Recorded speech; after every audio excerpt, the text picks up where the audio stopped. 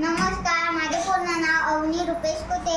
माझ्या शाळेचे नाव जिल्हा परिषद उच्च प्राथमिक केंद्र शाळा डोंगरगाव भुसारी आहे.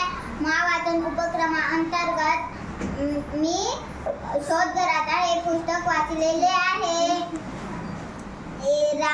एक दिवस रामू खेळत होता. रामू खेळत होता.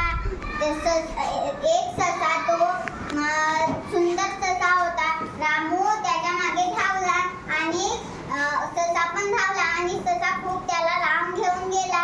रामू ससा झाडाच्या मागे लपला आणि मग रामू खूप दूर जाऊ लागला.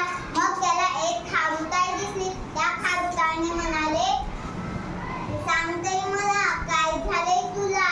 रामू म्हणाला, मला मी घराचा रस्ता विसरलोय.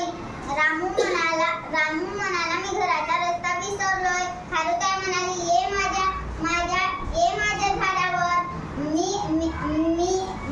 माझ्यासोबत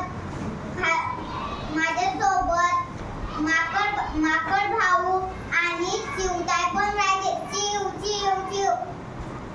मग रामू म्हणाला, मी झाडावर राहू शकणार नाही आणि मला झाडावर चढता येत नाही.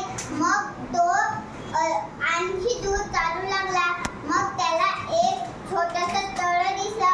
तिथं मासा होता. त्या माशाने म्हणाले, काय झाले तुला? सांग तरी मला. रामू म्हणाला, मी घराचा रस्ता विसरलोय. रामू म्हणाला मी घराचा रस्ता विसरलोय. मासा म्हणाला, ये माझ्या बरोबर. बेडूक आणि कासव पण राहतो. मग आपण राहू.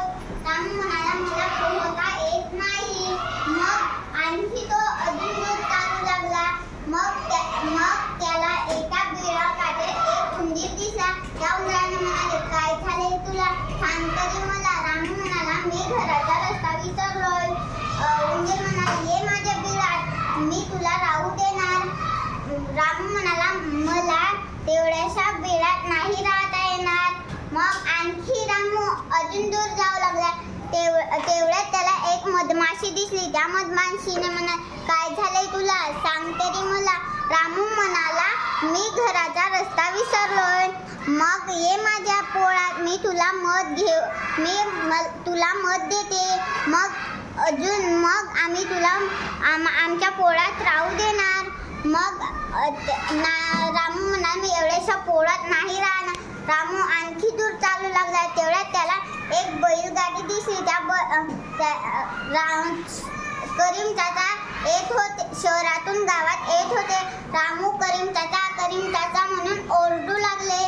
मग करीम चाचाने म्हणाले, तू इथं काय करतोयस? रामू म्हणाला, मी घराचा रस्ता विसरलोय.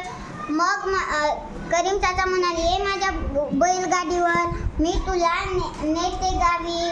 मग दोघेही जाऊ लागले घरी. धन्यवाद.